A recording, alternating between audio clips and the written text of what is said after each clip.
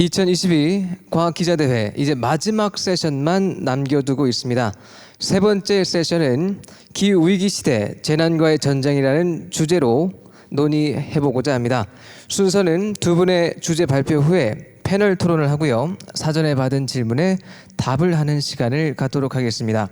먼저 포스텍 환경공학부의 민승기 교수님께서 동아시아 이상기후와 미래 전망이라는 주제로 발표해 주시겠습니다. 여러분 뜨거운 박수로 모셔보겠습니다.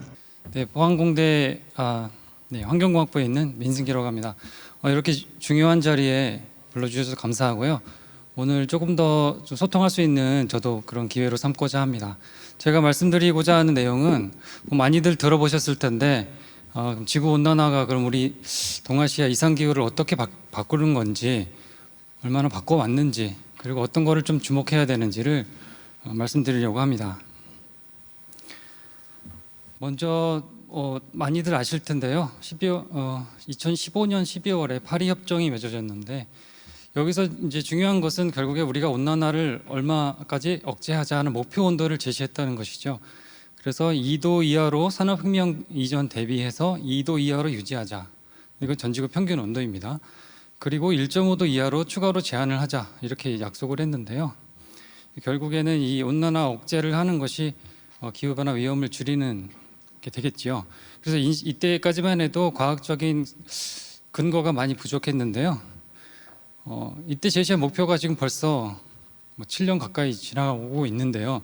그럼 1.5도는 언제 도달하는지를 최근에 이제 IPCC 6차 보고서에서 다룬 내용을 보시면 왼쪽에 위에 있는 그림이 CO2 배출 시나리오인데요.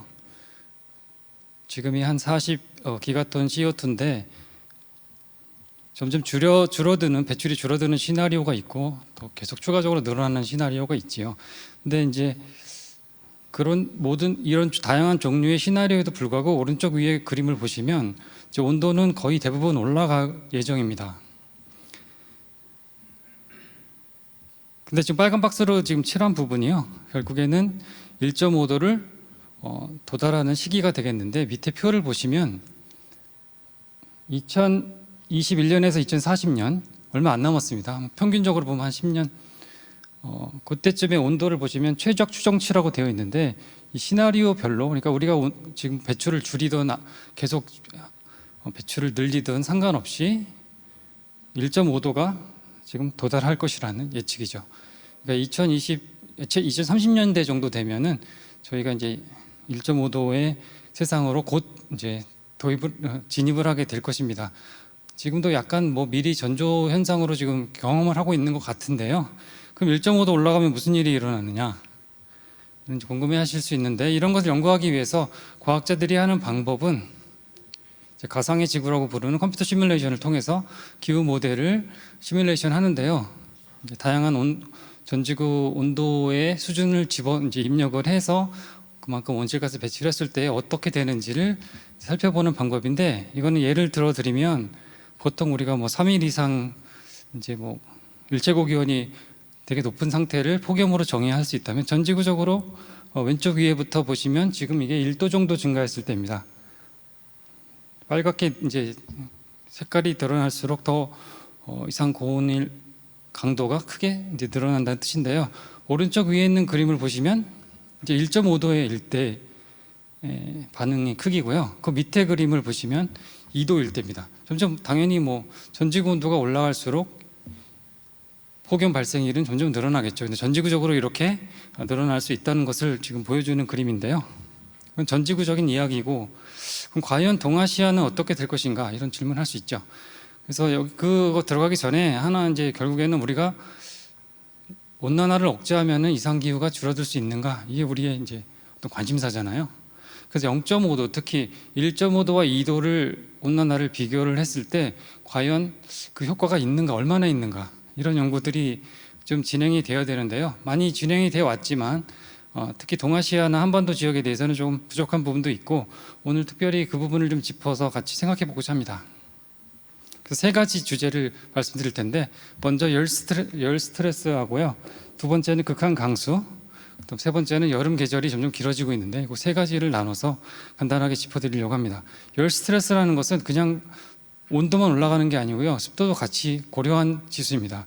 이 지수를 쓰게 되는 이유가 질병률, 사망률과 아주 밀접한 지수이기 때문인데요. 그래서 밑에 있는 식을 보시면 온도도 들어가고 수증기압이라고 해서 수증기 양도 들어갑니다. 두 개를 같이 포함했을 때에 이제 보건 쪽으로죠. 보건하고 아주 밀접하기 때문에 이것을 보는 게 중요하고, 온난화 정도에 따라서 동아시아의 이 열 스트레스가, 특히 극한 열 스트레스가 얼마나 많아지는지를 분석한 결과를 보여드리려고 하는데요. 여기서 극한이라는 것은 현재 기후에서 거의 안 나타나는 값입니다. 50년에 한 번 정도 일어날 수 있는 아주 이제 폭염에다가 되게 이제 수증기도 많은 상태인데요. 그런 값들이, 그런 이제 극한 열 스트레스가 발생할 수 있는 어떤 이제 면적을 먼저 보였는데요. Y축에는 동아시아의 면적 비율이라고 해서 100이면은 동아시아 전체 지역에서 극한 열 스트레스가 생긴다는 뜻이고요. 0이면은 이제 거의 안 생기는 거고요. X축을 보시면 여기서 21세기 말 전지구 온도 증가인데요. 여기 산업혁명 이전 대비라서 노란색이 1.5도, 빨간색이 2도일 때 값입니다. 그래서 여기에 이제 점들이 모델에서 구현한 값이긴 한데요. 결론적으로는 온도가 점점 X축에서 올라갈수록 동아시아의 더 많은 면적에서 극한 열 스트레스를 경험할 텐데요. 이제 오른쪽으로 쭉 가면 막 3도 이상 올라가면은 거의 100에 가깝잖아요. 그러니까 전 지역에서 지금 열 스트레스를 경험하게 될 텐데 1.5도를 보시면은 많이 줄어든 상태입니다. 그럼에도 불구하고 한 절반 이상 지역에서는 계속 극한 열 스트레스를 경험하게 될 것입니다. 근데 2도와 1.5도를 비교하시면 약 20% 정도의 동아시아 지역이 그 극한 열 스트레스에서 좀 벗어날 수 있을 것으로 이렇게 나타났고요. 강도는 이게 극한 열 스트레스 강도를 보여주는 그림인데요. 왼쪽이 1.5도 온난화 시, 오른쪽이 2도인데 두 개의 차이를 보시면 많이 이제 차이가 나는 걸 볼 수 있고요. 그 다음 슬라이드에 보면은 이제 2도와 1.5도일 때의 차이를 보여주는 그림인데, 점을 찍은 지역이 이제 통계적으로 유의한 어떤 확실한 차이인데요. 동아시아 평균적으로 한 0.6, 0.7도 이 정도 감소 효과가 있다. 1.5도로 유지를 하게 되면 열 스트레스를 억제하는 효과가 유의하게 이제 있다는 말씀을 드립니다. 두 번째로 넘어가면 이제 올해 여름에도 겪었기 때문에 더 친숙하긴 한데 극한 강수인데요. 우리가 속한 동아시아 그리고 남아시아도 그렇지만 아시아 몬순 지역이죠. 여름에 비가 많이 오잖아요. 근데 이 비가 특성이 변하고 있다는 것이죠. 특히 이제 극한 강수가 폭우 같은 것들이 더 많이 이제 나타나고 있는데, 과연 1.5도와 2도일 때 이게 어떻게 반응하는지를 잠깐 짚어드리고자 합니다. 실험한 방법이 이제 이런 프로젝트가 있었는데요. 이걸 보여드리는 이유는 이름이 해피인데 그렇게 결과가 해피하지 않습니다. 그래서 왼쪽에 아래에 있는 그 패턴이 이제 바다가 뜨거워진 상태인데, 이게 1.5도 정도 전 지구가 뜨거워졌을 때의 상태이고요. 오른쪽이 2도인데 이 바다 상태를 집어넣어 주고요. 온실가스도 마찬가지로 증가시켜 준 다음에 현재와 비교를 해서 실험을 합니다. 결과를 말씀드리면, 여기서 중요한 것은 X축을 이해하는 것인데요. X축은 일강수량 퍼센타일이라고 해서 이제 순위가 되겠는데요. 0부터 이제 99.9까지 쭉 있는데요. 오른쪽 박스에 있는 부분이 이제 99보다 이제 큰 경우인데 99.1부터 99.9까지. 근데 99.9를 상상해 보시면 1000분의 1의 확률입니다. 그래서 여름에 매일매일 비가 한 50일 온다고 치면은 20년에 한 번 올 비입니다. 그 정도로 강한 비예요. 99.9는. 그럼 20년에 한 번 오는 비가 얼마나 자주 올 것인가를 보여주는 그림이 되겠습니다. 그래서 위에 있는 바그래프가 초록색이 1.5도일 때 증가량, 현재 대비 증가량이고요. 이게 지금 한 40% 정도 현재 대비 더 증가한다는 뜻이고요. 2도가 되면은 65% 정도로 더 많이 증가를 합니다. 그래서 두 개의 차이를 보여주는 게 아래 그림인데, 0.5도 온난화를 억제를 했을 때에 우리가 겪게 될 폭우가 좀 이제 빈도가 줄어들 수 있다는 결과를 보여주고 있습니다. 중요한 부분은 아래 그림을 보시면 이제 퍼센타일별로 이 반응을 보시면 오른쪽으로 갈수록 더 온난화의 효과가 점점 커지는 거죠. 거꾸로 얘기하면 온난화를 우리가 줄이게 되면은 그 혜택은 극한 강수 쪽에서 확실하게 나타날 수 있다는 거죠. 평균적으로 평균 강수가 증가하고 감소하는 것보다는 이런 극한 현상이 줄어드는 게 훨씬 저희한테 혜택이 되는 거잖아요. 피해를 많이 줄일 수 있기 때문에. 극한 강수는 왜 강해지는지를 보여주는 그림이긴 한데 온도와 어떻게 강수가 연결되는지 이런 질문을 많이 하시는데요. 온도가 올라가면은 이제 수증기가 많아집니다. 대기 중에. 그리고 우리가 지구가 이제 바다로 둘러싸여 있잖아요. 대부분. 그래서 수증기가 무한히 공급될 수 있는데요. 수증기가 많아지면 이게 상승 기류를 만나서 한꺼번에 떨어지는 현상이 폭우라고 생각하시면 됩니다. 그래서 많아진 수증기가 한꺼번에 떨어질 수 있기 때문에 X축에 있는 온도의 값과 Y축에 있는 극한 강수의 강도의 값이 두 개가 아주 밀접하게 연관되어 있고요. 우리가 이제 많이 얘기하는 것이 1도가 온난화됐을 때 수증기가 약 7% 증가한다. 그 선하고 상당히 밀접합니다. 잘 따라가고 있지요. 동아시아 지역에도 작은 지역임에도 불구하고 온도에 대해서 수증기가 그만큼 증가하고 그게 한꺼번에 떨어지면서 극한 강수가 많이 증가하고 있다는 것을 보여주고 있습니다. 마지막 파트는 이제 여름 계절 길이인데요. 저는 이게 가장 요즘에 많이 느끼고 있는 것이라고 생각합니다. 그래서 여름이 점점 길어지고 있어서 우리가 그럼 어떤 걸 대비해야 될지 저 스스로에게도 좀 많이 물어보게 되는데요. 1.5도와 2도가 온난화됐을 때 여름 길이가 얼마나 늘어날 것인가? 여러분 한번 생각해 보신 적이 있으신가요? 그리고 여름이 길어진다는 것은 여름 같은 고온일이 더 빨리 찾아오고 더 늦게까지 나타난다는 것이죠. 올해도 저희가 9월에도 더웠잖아요. 그리고 6월에도 더위가 있었고요. 이런 식으로 이상기후가 당연히 반응을 하겠죠. 그래서 여기서 여름은 뭐 상위 20%, 25% 기간 4분의 1에 해당하는 약 90일 정도로 뭐 정의를 한다 이렇게 시작을 하는데요. 중간 그림을 한번 보시면 이 파란색 선이 현재 상태이고 이 빨간색 선이 이제 미래 온도가 올라가니까 위로 올라가면서 왼쪽으로 오른쪽으로 노란색 영역이 여름이 길어지는 그 기간을 뜻합니다. 여름이 길어지면서 이 보라색으로 칠한 부분은 여름과 같은 날씨가 그 여름이 팽창된 기간에서 생길 수 있다는 것을 보여주는 그림이 되겠고요. 이제 동아시아 결과를 보여드리면 이게 그림이 복잡하긴 한데 색깔로 지금 박스친 영역을 먼저 보시면 됩니다. 북반구 평균으로 하면은 지금 파란색으로 되어 있는 이 파란색 막대가요. 여기 이제 X축이 날짜인데 6월 초부터 9월 초까지가 이제 여름의 기간이 돼. 현재 여름의 기간입니다. 초록색은 1.5도가 증가했을 때 여름이 이게 길어진다는 뜻이고요. 빨간색은 2도일 때예요.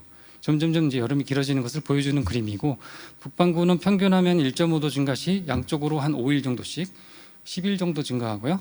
2도가 증가하면은 양쪽으로 9일 정도에서 한 18일 정도 증가하는 것으로 되어 있고요. 동아시아는 중위도 지역인데 여기는 전체 북반구 평균보다 조금 더 길게 증가를 해서요. 1.5도 증가하면 약 2주가 증가하고 2도가 증가하면 약 3주가 증가하게 됩니다. 그래서 우리가 이건 평균적인 이야기지만 2도가 더 뜨거워지는 이제 그런 시간이 오게 되면은 여름이 한 3주 정도 더 길 것이다 이렇게 예상을 해볼 수 있습니다. 여름이 길어지면은 그만큼 문제가 많이 생길 텐데요.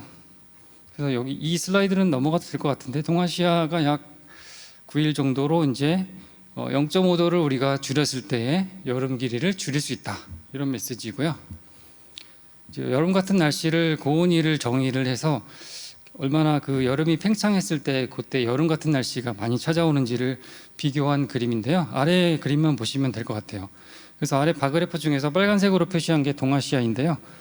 현재 상태에서는 한 1년에 하루 정도만 생기는데 1.5도가 올라가면 2배 정도로 증가, 이틀 정도 되고요.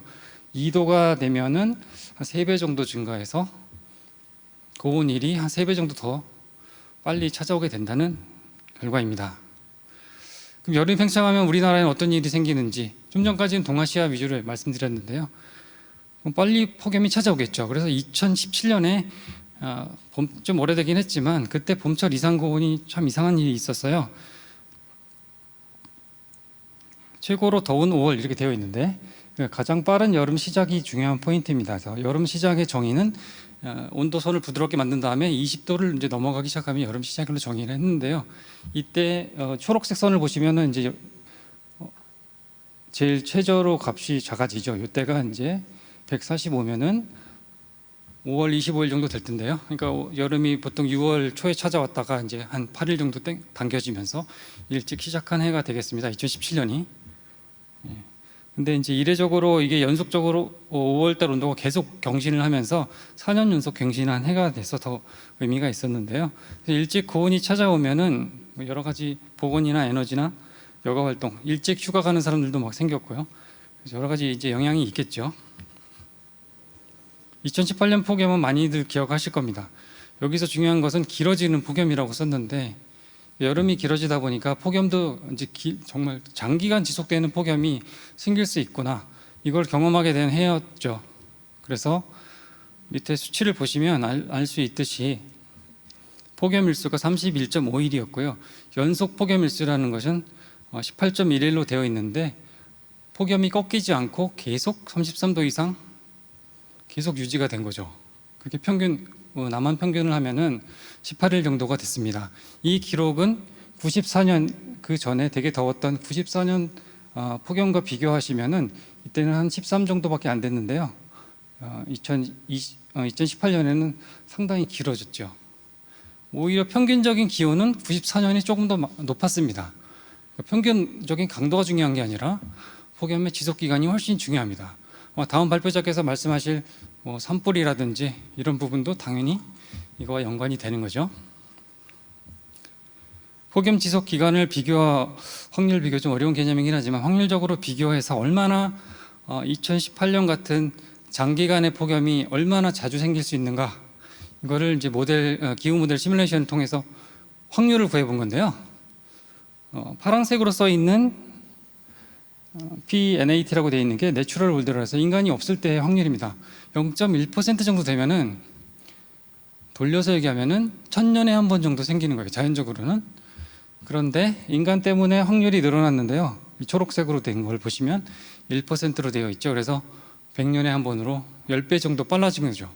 미래로 갈수록 얘는 이제 점점 더 빨라지면서 10년에 한 번, 5년에 한 번 이런 식으로 바뀌게 될 겁니다. 그래서 2년에 한 번이면 결국에는 일상화되는 거잖아요. 그러니까 2018년에 겪은 그런 폭염이 이제 일상화가 되는 세상이 얼마 남지 않았다.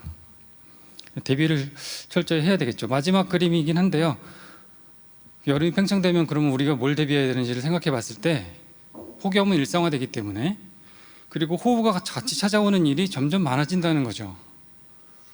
근데 호우가 정말 많아지는지는 이게 강수량은 상당히 불확실하긴 합니다.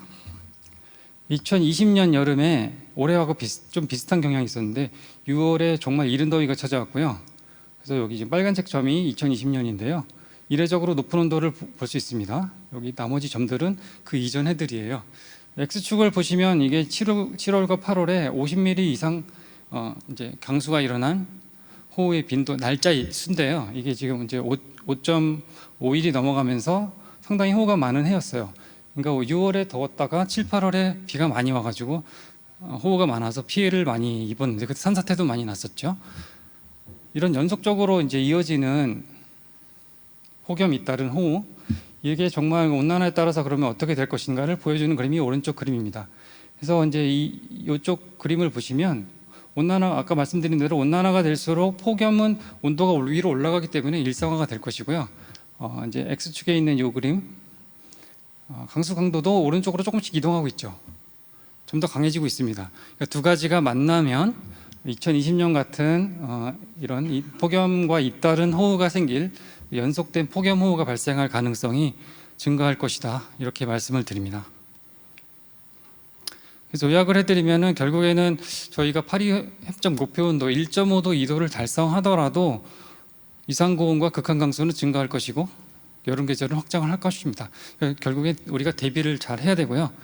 또한 좀 전에 말씀드린 대로 복합된 이상기후가 발생할 확률이 더 늘어날 것이기 때문에 보건이든지 농업, 산림 등등 분야별로 좀 이 복합적인 재해에 대해서 대비책을 지금 마련하는 것이 시급하다는 말씀드리고, 1.5도로 온난화를 저감했을 때는 우리가 이제 기후 재해 발생 및 피해를 줄일 수 있다, 이런 말씀을 드립니다. 밑에 있는 그림은 지금 시간이 안 돼서 말씀을 못 드릴 것 같고요. 네, 이상으로 마치겠습니다. 감사합니다. 네, 여러분 큰 박수 부탁드리겠습니다. 네, 교수님의 소중한 발표로 더욱더 인사이트를 많이 느낄 수 있는 시간이었습니다. 자, 이제 두 번째 발표는 산불 산사태 산림 재난이라는 제목으로 국립산림과학원 이병두 연구기획과장님께서 발표해 주시겠습니다. 큰 박수 부탁드리겠습니다.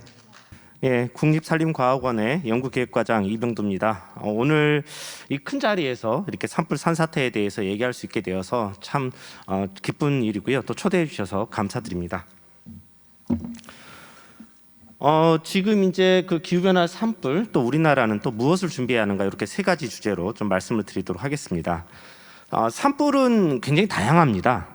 우리는 이제 우리나라에서는 일반적으로 산불이 부정적인 요소로 이해가 되고 있지만 실제로는 이제 산불은 생태계의 구성원이죠. 그래서 초지 생태계에서는 산불이 없으면, 그러니까 그 교란이 없으면 초지 생태계가 파괴되는 그런 영향도 있습니다. 하지만 우리한테 문제가 되는 것은 이런 산불입니다. 즉 너무 강한 강도로 산불이 나가지고 더 이상 자연 스스로 회복이 되지 않는 그 정도의 강한 산불이 났었을 때 이제 더 이상 문제가 되는 거죠. 그리고 또 인간이 개입할 수밖에 없는 그런 과정입니다. 그래서 산불이 났다고 했었을 때 그 생태계하고 그게 또 거기에 살고 있는 이 공동체가 거기에서 복원력을 가지느냐 안 갖느냐가 문제인데, 최근에는 이렇게 복원력 가장 강한 이런 산불들이 증가하고 있는 것들이 지금 문제가 되고 있습니다. 지금 여러 가지 이제 그 보고서들이 많이 나오고 있는데요. 이제 가장 좀 저희가 신뢰할 만한 보고서가 UNEP죠. UN 환경 프로그램에서 나온 그 UN의 그 보고서인데, 여기서는 재난성 산불, 그러니까 일반 산불이 아니고요. 재난성 산불이 1.3배에서 1.57배까지 증가할 것이다라는 그런 보고서가 있고요. 근데 문제는 뭐냐면 지금 이 표에서 보시면은 캘리포니아 산불의 고장이죠. 여기에 전 세계에 산불이 가장 많이 나는 곳인데, 이 캘리포니아의 그 지금까지 가장 큰 산불의 통계를 보면 대부분이 다 2000년대 이후입니다. 그러니까 2000년도 이후에, 그리고 또 2020년, 2021년에 가장 큰 산불들이 지금 나오고 있습니다.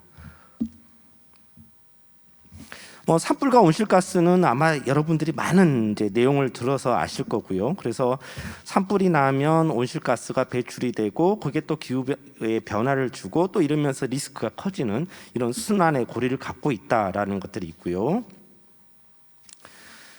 저희가 이제 좀 통계를 한번 살펴보면 참 한 달 동안에 8월 달 한 달 동안에 14억 톤의 이산화탄소가 산불로 나왔다고 얘기합니다. 그럼 이 수치는 어느 정도냐면 EU에서 2030년의 배출량을 25억 톤으로 잡고 있습니다. 목표치가요. 그리고 우리나라 같은 경우는 우리가 2030년에 4억 3천 100만 톤을 4억 3천 톤을 하려고 하고 있습니다. 근데 이 한 달 동안에 산불로 인해서 한 달 동안에 14억 톤이 배출이 되고 있는 상황입니다. 상상할 수도 없는 수치이죠. 그래서 이제 이런 부분에 대해서 이제 폭염, 산불에 타들어가는 지구 안전지대는 없다 나오고 있고요. 그다음에 우리가 이제 또 놓치고 있는 부분 중에 하나가 뭐냐면 북극권의 산불입니다. 그러니까 결국은 이제 러시아 북부 툰드라 지역 아니면 한대림 지역에서 발생하는 산불인데요. 이 산불이 여기서 그냥 끝나는 게 아니라 이 산불이 이렇게 연기가 나죠. 연기가 나와서 그 연기가 북극권을 덮음으로 인해서 더 딱 기온이 올라간다는 거죠. 기온이 더 올라가고 상대수도는 떨어지면서 이 북극권에 영향을 미치고 있는데, 그래서 이제 이 대기의 상태와 또 문제는 뭐냐면 이 검정색의 재가 북극의 하얀 빙하나 눈에 떨어지게 됩니다. 그러면 이제 알비도 효과에 의해서 온도가 그러니까 에너지를 더 흡수가 되게 되는 거죠. 그래서 더 빨리 녹게 되는 이런 작용을 하고 있습니다. 이제 우리가 또 주목해야 될 부분 중에 하나가 이탄지 산불입니다. 이탄지라고 하는 것은 유기물층이 매우 깊게 분해가 자주 많이 되지를 않아서 매우 깊게 형성되어 있는 건데요. 이 이탄지는 지구 면적의 약 3% 정도를 차지하고 있습니다. 근데 토양탄소는 50%를 차지하고 있습니다. 그러니까 굉장히 많은 토양탄소가 저장되어 있는 곳이 이탄지인데 이 이탄지가 지금 불에 타고 있습니다. 그 이탄지의 분포를 보시면 대부분 이제 북극권하고 여기 동남아시아권에서 좀 많이 분포를 하고 있는데요. 이러한 이탄지들이 불에 타고 있고 이 이탄지 산불의 가장 큰 문제는 뭐냐면 끌 수가 없습니다. 왜 끌 수가 없냐? 땅 밑으로 타기 때문입니다. 땅 밑으로 타서 그 위에 물을 뿌려도 물이 침투가 되지 않습니다. 그리고 이제 겨울이 지나겠죠. 그럼 겨울에 눈이 왔다. 그럼 눈 밑에서 계속 타고 있다가 그냥 뭐 몇 개월씩 타고 있습니다. 이게 지금 현실입니다. 그래서 이제 이탄지 산불에 대해서 좀 이제 그 설명 메커니즘을 좀 설명을 좀 드렸고요. 그 다음에 이제 이 부분은 계속 2005년부터 이제 문제 제기를 했었는데 체르노빌 원전 주변에 산불입니다. 이게 이제 굉장히 큰 문제를 일으키고 있는데요. 그 땅바닥에 잠재되어 있던 이 방사능 물질이 산불로 인해서 다시 대기 중으로 배출이 됩니다. 그래서 산불 연무가 문제인 게 아니라 이 방사능 물질들이 다시 또 연기를 타고 움직여서 생활권에 영향을 미치는 이런 굉장히 좀 악순환이 좀 반복이 되고 있습니다. 그 다음에 이제 또 저희가 또 눈여겨봐야 될 것은 결국은 연무입니다. 연무.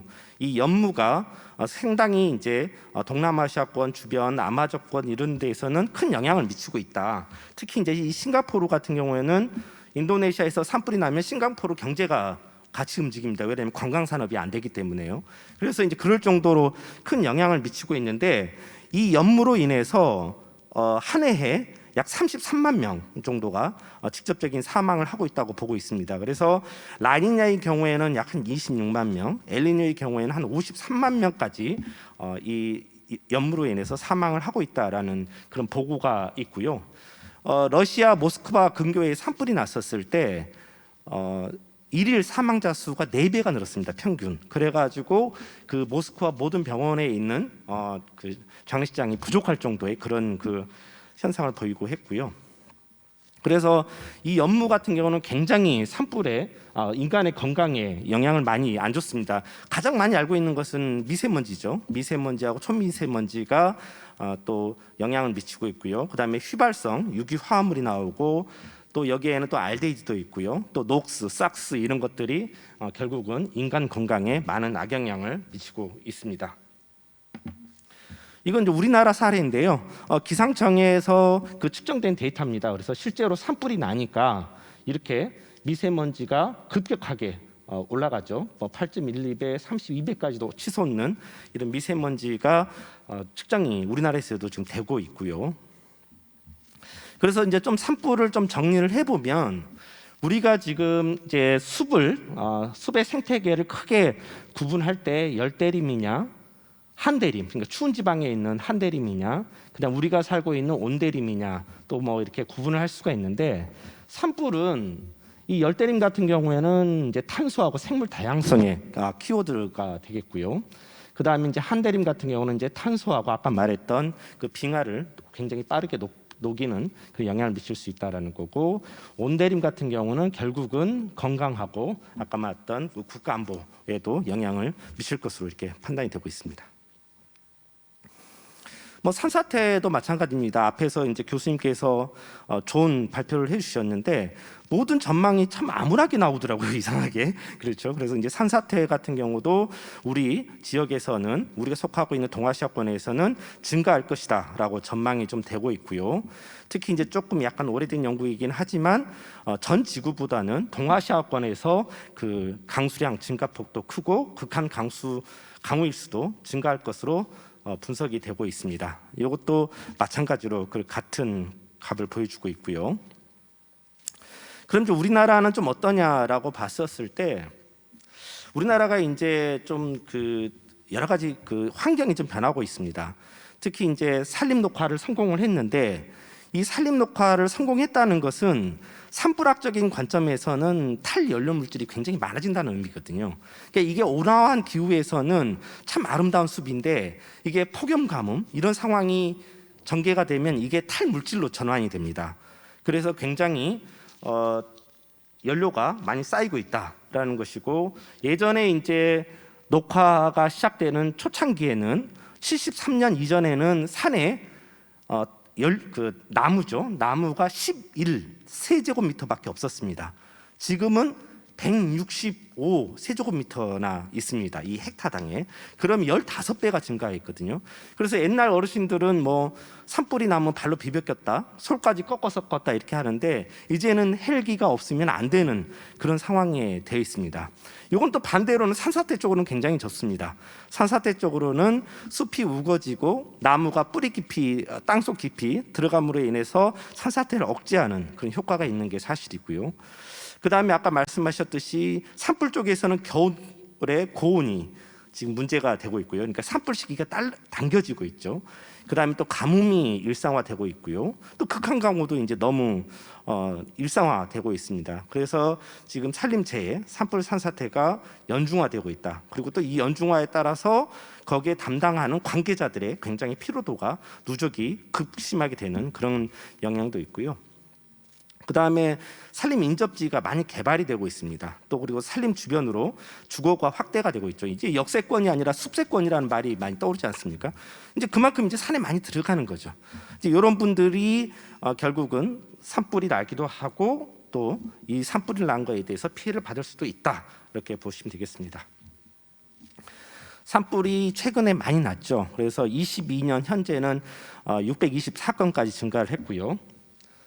피해 면적을 살펴보면 이렇죠. 올해 지금 2만 4천 헥타가 넘는 산림이 불에 탔죠. 역대 지금 보지 못했던 그러한 그 기록을 세우고 있고요. 뭐 산불의 연중화라는 말은 뭐 이제 아주 일상이 되고 있습니다. 1월 중에도 100건이 넘게 산불이 발생을 하고 있고요. 그 다음에 이제 특히 지금 저희가 우려 깊게 보고 있는 것이 8, 9월에 나오는 산불입니다. 저희들은 8, 9월에는 산불이 날 거라고 아무도 생각을 안 하죠. 왜냐하면 장마기 또 오고 태풍도 오고 뭐 이랬는데 지금이 이제 8, 9월도 산불이 나오고 있습니다. 그래서 어떤 경우에는 저희가 예측 정보를 내보내는데 영동권에는 산불 경보가 나가고 영서권에는 산사태 경보가 나가는 그러한 현상들이 지금 발생을 하고 있습니다. 지금 90년대는 1년 중에 112일이 산불이 났는데 최근 3년은 167일, 55일이 증가가 됐고요. 따라서 산불 조심 기간도 연장이 필요하다라는 의견이 있고요. 이제 뭐 우리나라 같은 경우도 여러 가지 전망을 해봐도 결국은 산불 발생 위험은 계속 높아질 것이다라는 이런 전망들이 우세하게 나오고 있습니다. 산사태를 보시면은 이제 10년 평균 약 한 320헥타 정도 나고요. 그래서 이제 5분에서 6분의 이제 안타까운 인명이 발생을 하고 있는데 이제 우리한테 아주 깊숙하게 남아 있는 게 우면산 산사태였죠. 이때 이제 43명이 사망하는 했습니다. 결국은 이제 극한 강우가 문제입니다. 산사태는 결국은 극한 강우인데 저희가 이제 아시겠지만 20년에 역대 최장 54일 중부지방 기준으로 해서 정체 정선이 있었고요. 그리고 이제 시간당 50mm가 넘는 집중호우 횟수가 70년대에서 6일이었는데 지금은 13.9일로 2.3배 증가를 했다. 그래서 강한 강수는 증가하고 약한 강수는 감소하는 이런 양극화 현상이 나타나고 있고 이게 산사태에 직접적인 영향을 미치고 있다. 이렇게 보시면 되겠고요. 요거는 이제 2020년에 다수 이제 산사태가 발생을 했던 그 사례입니다. 총 13명이 사망을 하셨습니다. 그래서 이제 산사태 또한 저희가 전망을 해보면 역시나 우리 쪽에서도 증가할 것이다 이렇게 분석이 좀 되고 있고요. 뭐 무엇을 준비해야 되는가에 대한 부분은 조금 제가 이제 생각하는 좀 대안이긴 한데요. 사실은 이제 며칠 전 뉴스입니다. 잇따르는 9월 가을 산불. 9월이면 산불이 나서는 잘 안 나는데 지금 뭐 8, 9월 뭐 다 산불이죠. 그 다음에 또 뭐 보시겠지만은 10월에도 태풍이 이제 심심치 않게 오고 있죠. 그래서 10월까지도 지금 같이 가는 그래서 연중화, 대형화가 되고 있다라고 하기 때문에 결국은 이제 상시 대응 체계로 갈 수밖에 없다라는 것들이 첫 번째 주고요. 두 번째는 결국은 어디가 위험하냐는 거죠. 그래서 산사태가 그래 났어. 그건 사람이 안 죽어야 되거든요. 그러면 사람이 어느 곳이 가장 산사태가 날 그런 물리적 강도가 높고 그게 쏟아져 내려왔었을 때 사람에게 영향을 주는 범위가 어디 있는가, 이게 이제 지금 다 분석이 어느 정도는 됐습니다. 하지만 그래서 이렇게 위험한 곳이 분석이 되면 여기죠. 여기는 이제 산사태가 무너져도 여기는 이제 무너져도 뭐 인명 피해가 없습니다. 하지만 여기는 산사태가 무너지면 인명 피해가 큰 거죠. 그래서 이런 곳에는 이제 사방댐을 지어야 되는데 산불도 마찬가지입니다. 산불이 나더라도 민가가 없으면 굉장히 괜찮죠. 근데 산불이 났는데 주변에 원전이 있고 군부대 시설이 있고 저유소가 있고 LPG 충전소가 있으면 굉장히 다른 양상인 거죠. 그래서 그런 것들에 대한 분석을 기반으로 과학적인 전개를 해야 된다는 거고요. 그 다음에 이제는 아까도 말씀드렸듯이 숲 관리가 필요하다라는 겁니다. 제가 이제 그 산불을 전공을 했지만 가끔씩 산불 전공한 사람이 왜 소방청에 있지 않고 산림청에 있냐 이렇게 얘기를 많이 들어요. 근데 이제 사실은 산불에 영향을 미치는 요소는 지형과 기상과 그다음에 연료입니다. 숲이죠. 근데 이제 지형과 기상은 어떻게 할 수가 없어요. 인위적으로 어떻게 할 수가 없어요. 뭐 우리가 경사를 낮게 할 수도 없고 비가 안 오게 오게 할 수도 없고 뭐 이러는데 이 숲은 우리가 어떻게 가꾸느냐에 따라서 산불을 극한 강도로 가서 대형 산불이 날 수도 있고 또 저강도로 가서 약한 산불이 날 수도 있다라는 거죠. 그래서 숲을 적절하게 가꾸어 주면, 즉 연료를 줄이는 거죠. 연료를 줄이면 이 산불의 강도가 약해지면서 아까 말했듯이 복원이 되지 않는 산불이 줄어든다라는 게 아주 그 중요한 대안 중에 하나입니다. 그래서 지금 미국 산림청 같은 경우도 약 우리 돈으로 2조까지 해서 연료를 줄이겠다, 관리를 하겠다라는 것이고요. 그래서 이제 연간 800만 헥타. 우리나라는 전체 산림이 650만 헥타거든요. 근데 여기는 연간 800만 헥타씩 연료를 줄이는 사업을 숲가꾸기를 하겠다라고 지금 계획을 발표를 했습니다. 우리가 꿈꾸는 삶이죠. 저렇게 멋진 소나무 밑에 집을 짓고 살고 싶은데 사실은 이제 이렇게 집을 지으면 굉장히 이제 산불이 났었을 때 빠져나올 수가 없죠. 그리고 저 집 지붕 위에는 굉장히 이제 많은 솔잎이 떨어져 있죠. 그래서 불씨가 날아왔을 때 아주 쉽게 불 붙어 있는 그런 구조가 되어 있는 거죠. 그래서 이러한 인접 시설물에 대해서 안전을 강화를 해야 된다. 그래서 각각의 어떠한 그 시설물들이 산불에 얼마나 취약한지를 분석을 해서 거기에 맞춰서 맞춤형으로 조금 그 위험을 저감을 해야 된다. 요거는 산불과 산사태 다 마찬가지로 그렇게 진행이 되어야 됩니다. 그리고 이제 결국은 주민을 주인으로 내세워야 되는 그런 재난 관리가 돼야 되고요. 그 다음에 재난 관리했을 때 전문성을 확보를 해서 이 지휘자가 오판을 할 수 있지 않게 해야 된다라는 것들이 있고, 그 다음에 이제 그 재난을 대응하기 위해서 자원을 확충을 해야 됩니다. 이번에 삼척에서 불이 났었을 때 모든 계곡이 마르고 모든 저수지가 말랐습니다. 그 말은 의미는 뭐냐면 헬기가 물을 떠올 때가 멀다는 거죠. 헬기는 한 번 기름을 충전하면 1시간 반에서 2시간을 불을 끌 수가 있습니다. 근데 불을 끄는 시간보다 물 들어가는 시간이 더 많아요. 이런 현상들이 발생하게 되는 거죠. 그렇기 때문에 이러한 그 사진상에서 보는 이러한 인프라들, 재난 대응 자원이 확충이 되면 물을 쉽게 공급받아서 빠르게 끌 수 있다라는 것들이고요. 특히 이제 지금 접근로가 없는 부분들에 대해서도 접근을 할 수가 있다라는 것이고요. 그다음에 이제 과학 기술을 좀 재난 현장에 적극적으로 활용을 해야 되죠. 지금 이제 시간이 좀 없긴 합니다. 그래서 이 연료 관리 같은 경우 숲가꾸기도 우리가 어떻게 해야만 가장 적은 나무를 베면서도 불의 연속성을 끌어낼 것인가, 이런 것들도 다 이제 과학적으로 분석을 해야 될 것이고요.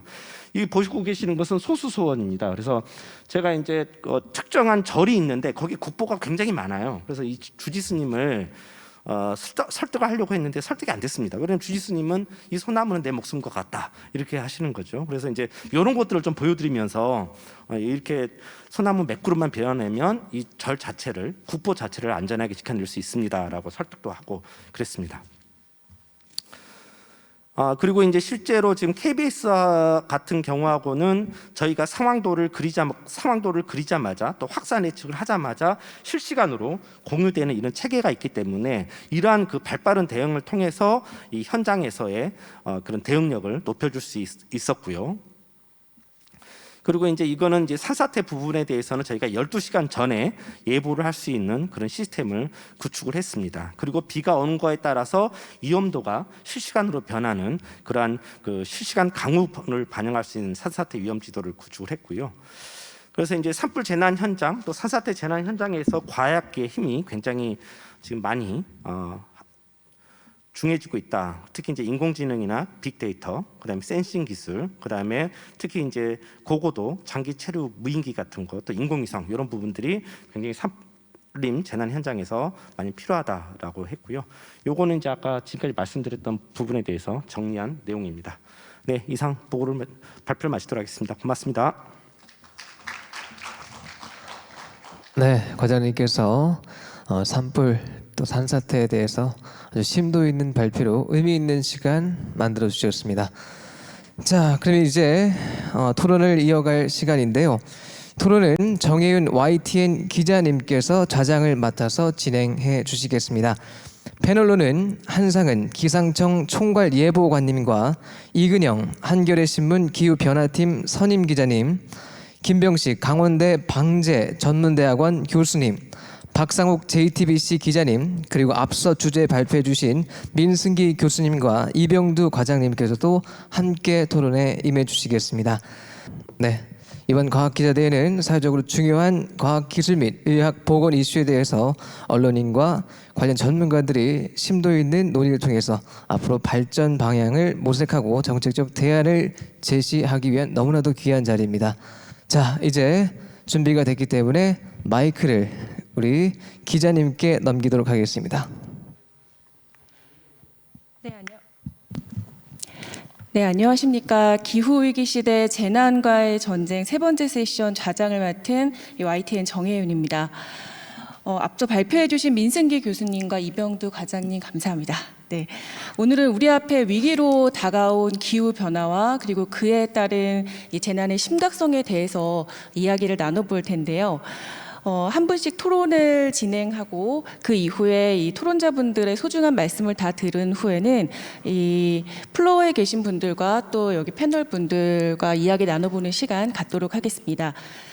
앞서 민승기 교수님께서는 이 IPCC 제6차 평가보고서 제1 실무그룹 주 저자이십니다. 그래서 그런지 기후변화에 대한 전반적인 설명을 무척 이해하기 쉽게 설명을 또 해주셨고요. 이 동아시아와 한반도 사이의 관계, 이 흐름을 더 강조해서 설명을 해주셨던 것 같습니다. 그리고 이병도 과장님께서는 이 온난화와 기후변화가 이 산불과 산사태에 또 어떤 영향을 미치고 있는지 짚어주셨고, 그리고 최근 다른 나라뿐만 아니라 우리나라도 산불과 산사태가 연중화하고 또 대형화하고 있다는 점, 그 점을 짚어주셨습니다. 이제 토론자분들의 이야기를 들어볼 차례인데요. 이번에 말씀해 주실 분은 이 한반도의 기상을 그야말로 온몸으로 체감을 하고 계신 분입니다. 최근 이 기상청 사람들이라는 드라마가 또 나와서 또 예보관의 삶이 또 한 번 재조명되기도 했었는데, 기상청 총괄 예보관이신 한상은 수석 전문가님께 이 한반도의 날씨 변화 어떤 것들이 있었는지 자세히 좀 들어보도록 하겠습니다. 네, 기상청 총괄 예보관 한상은입니다. 예, 저는 그동안은 예보 관련돼서 연구나 어떤 예보관들의 어떤 자질 이런 것들 형성을 위한 업무를 좀 담당하다가 올해 처음으로 이제 총괄 현업 예보관을 지금 담당을 하고 있는데, 그동안 연구를 많이 하고 나름대로 이제 조사를 많이 했는데 상당히 이제 실전 현업에서 는 굉장히 올해 특이한 날씨들이 많이 벌어지면서 느끼는 바가 좀 많아서 좀 간략하게 말씀을 좀 드리겠습니다. 보고 계시는 그림 여러분 잘 아실 겁니다. 8월 8일 서울에 집중호우가 내렸던 사례인데요. 보시다시피 서울 위치를 기준으로 볼 때 강남, 한강의 남쪽 지역에 매우 강한 비가 내리고 있는데, 한강의 북쪽은 거의 비가 안 오는, 또 한강의 남쪽에는 비가 많이 오는데 또 경기 바로 남쪽 남부에는 또 비가 안 오는, 그래서 아주 극단적인 이런 형태의 날씨가 벌어졌습니다. 이때 잘 아시겠지만 기상청이 위치한 서울 141.5mm의 1시간 최다 강수량을 기록을 했고요. 불과 며칠 후에 충청남도 부여에도 또 시간당 110mm가 넘는 아주 이래를 과거 역사에서 보기 힘든 그런 사례들이 계속해서 벌어졌습니다. 근데 제가 이제 참 이 그림도 이제 연구 분석을 해서 예보관들한테 교육을 할 때 많이 쓰는 자료가 되는데요. 기본적으로 여름철 호우는 상층에 강한 제트 기류가 있습니다. 이 제트 기류가 아래층에서부터 하층 제트를 타고 북쪽으로 올라오던 많은 수증기를 이제 뿜어져 위쪽으로 해서 발산시키면서 구름을 발달시켜주는 역할을 합니다. 상층에서 강한 바람이 지나갈 때 그 강한 바람이 빠져나가기 때문에 아래층에서부터 이제 구름을 발달시켜주는 역할을 하는 것이 특징인데요.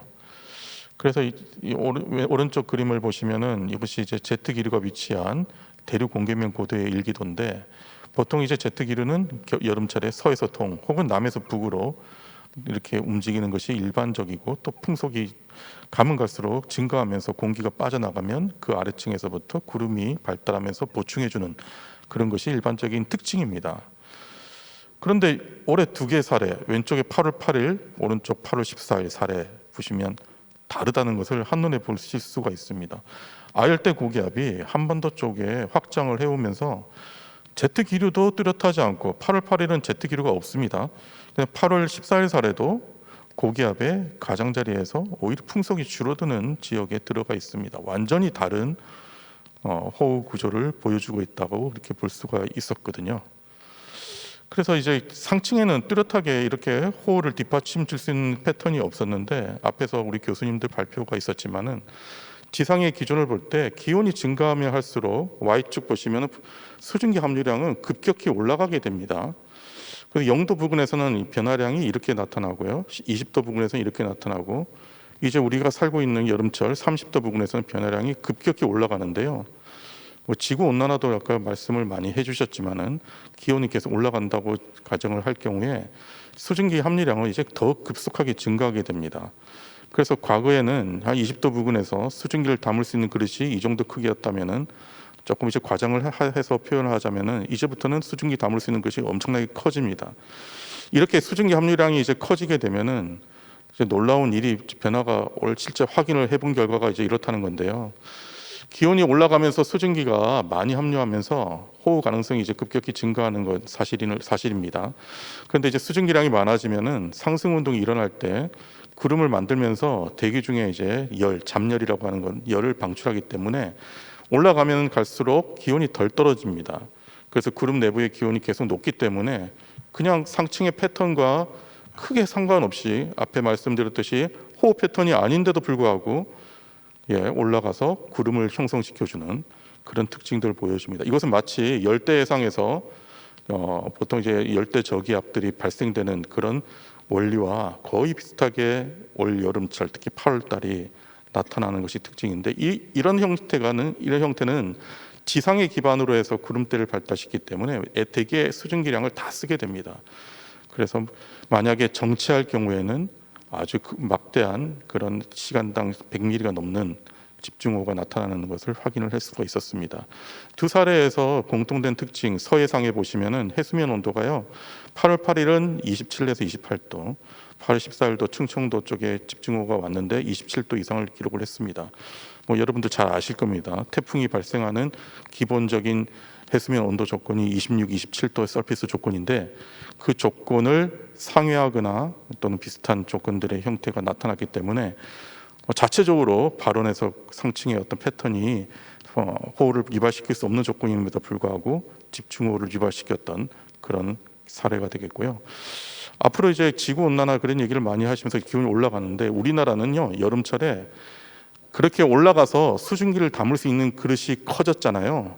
그 커진 그릇 안에 모든 수증기를 함유할 수 있는 패턴이 우리나라의 기후적인 일반적인 패턴입니다. 잘 아시겠지만 중국에서는 대륙에서는 열저기압이 있어서 몬순대가 우리나라 쪽으로 남서기류와 함께 들어오고, 그다음에 우리나라의 남동쪽에는 북태평양 고기압이 있기 때문에 열대 태평양의 바다에서 많은 고온의 수증기들이 우리나라 쪽으로 유입되면서 그 온도가 올라간 만큼 기본적인 패턴이 여름철에 수증기를 담아줄 수 있기 때문에 이제 점차 이제 기후가 바뀌면서 아주 상층의 이제 패턴들이 집중호우 패턴들이 과거에서 경험해보지 못한 패턴으로 바뀌고 있는 것을 올해 특히 확인을 할 수가 있었고요.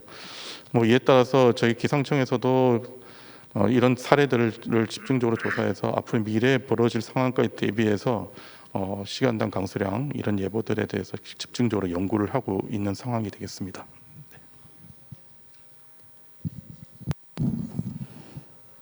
네, 말씀 잘 들었습니다. 올해 여름 이 서울 지역에서 시간당 140mm의 기록적인 폭우가 쏟아지면서 그야말로 대혼란을 빚었었는데 역시나 올해 여름 강우 이야기를 시작으로 해서 이 한반도의 강수가 더 심해지고 그리고 이상 기후가 더 심해지고 있다는 점을 짚어주셨습니다. 최근 느끼는 점은 이 극한 강수 또 극한 폭염이 우리나라에도 자주 나타나고 있다는 점인데요. 시간당 50mm 그리고 시간당 100mm의 강수가 이제는 낯설지 않다는 점입니다. 최근 서울시에서 시간당 100mm의 호우에 대응할 수 있는 방제 대책을 세우겠다라는 기사를 제가 본 적이 있습니다. 이에 대해서 심한 호우에 어떤 또 방제 대책이 필요할지 이 부분 이야기해 주실 분을 또 모셨는데요. 김병식 교수님께서 해주실 말씀이 좀 많으실 것 같습니다. 어떠실까요? 따로 지금 의견을 드리면 되나요? 지금 우리나라는 설계 빈도라는 거를 하고 있고요. 그 설계 빈도 중에 이제 옛날에 방재청이죠. 지금 행정안전부에서는 방재 성능 목표라는 거를 수립을 합니다. 그래도 방재 성능 목표 자체는 보통 이제 1시간, 3시간의 어떤 시설에 견딜 수 있는 그 기준이 되는데 이번에 내린 강우량 자체가 그 방재 성능 목표를 훨씬 넘어가는 게 냈고요. 그래서 지금 가장 큰 문제는 이 방재 성능 목표를 선정하는 그 데이터들이 과거의 값을 이용한다라는 거죠. 그래서 그 과거가 아니라 이제는 기후변화와 그다음에 사회 경제적인 중요성, 그다음에 홍수의 위험성을 고려한 할증을 넣어서 지금 값을 만들고 있고, 저도 지금 그 연구를 지금 이제 5년짜리를 시작을 했거든요. 그래서 그런 부분을 아마 우연치 않게 제가 오늘 토론회 준비한 자료를 통해서 이제 가름해서 말씀을 드릴 수 있을 것 같습니다. 지금도 말씀을 드리면 이제 앞에서 한반도에 대한 사계절의 변화, 특히 이제 오늘 앞에 발제하신 분들 중에서도 많이 나왔지만은 계절의 변화가 가장 심하다는 거죠. 저는 이제 재난을 이제 가리키고 재난을 하는 이제 학자입니다. 여기서 제가 유심히 보는 거는 한반도의 강우의 특성들이 어떻게 변하냐는 거거든요. 이 장표를 보시면 가장 중요한 것은 강도가 세지고 그다음에 강우가 발생하는 시공간적인 변동성이 굉장히 커진다라는 거죠. 저는 이 안에 들어가는 값의 의미가 보다는 우리나라의 강우 패턴이 완전히 바뀌었다는 겁니다. 이 슬라이드의 맨 끝에 보시면은 계절적 강우량이 우리나라는 삼각형 모양을 갖고 있는데요. 이제는 더 이상 그렇지가 않다라는 거죠. 그런 부분들이 실제 발생함으로써 결국은 시설물이 때에 맞는 방어를 하지 못하는 경우가 발생을 하는데, 대표적인 경우가 이번에 강남에 1시간에 140mm 이상의 비가 내림으로써 도로가 침수가 되는 게 이제 일반화가 될 거고 앞으로 더 커질 거라는 겁니다. 그래서 이제 그러면 우리가 이 기후변화를 얘기할 때 보면 꼭 저희가 알아야 될 게, 그러면 기후변화를 과연 파리협약처럼 감축만 하는 것이 답이냐? 그렇지 않습니다. 기후는 자동차처럼 기후변화의 탄력성이라는 것이 있어요. 우리가 지금 산업혁명 이후에 써온 탄소의 배출 때문에 지금 저희가 탄소를 감축한다 그래도 순간 멈추지 않고 그 탄성은 계속 있기 때문에 적응에 대한 필요성이 굉장히 이제 필요하다는 게 지금 이번에 재해를 통해서도 확인할 수 있을 겁니다. 그렇다면 가장 큰 문제는 뭐냐? 우리나라의, 아니 전 세계 모든 재난을 포함한 방제 시설물들은요, 정상성이라고 하는 전형적인 거에 기반을 하고 있습니다. 그 뜻은 뭐냐면 과거에 이루어졌던 평균과 분산이 어느 정도 통계적 범위 내에서는 변하지 않는다. 그렇지만 이거는 이미 네이처나 사이언스에도 이미 나왔듯이 정상성은 이제 죽었습니다. 그렇다면은 이 정상성이 아닌 비정상성을 반영한 기후변화에 대한 설계 대책이 나와야 된다는 거죠. 이 그림 한 장으로 결국은 이제 이 클라이맥 체인지와 익스트림에 대한 걸 보여드릴 수가 있는데요. 이 장표에서 보시면 많은 익스트림 값들이 과거에도 발생을 했어요. 근데 중요한 거는 뭐냐면 현재에 비해서 미래의 평균에 대한 증가도 중요하지만은 이 제가 그려놓은 이 카핑 레인지가 결국은 설계치의 범위예요. 현재보다는 미래에는 설계치의 범위가 훨씬 커지기 때문에 과거에 아웃라이어로 했던 것들이 이제는 더 이상은 아웃라이어가 아니라 값이라는 거죠.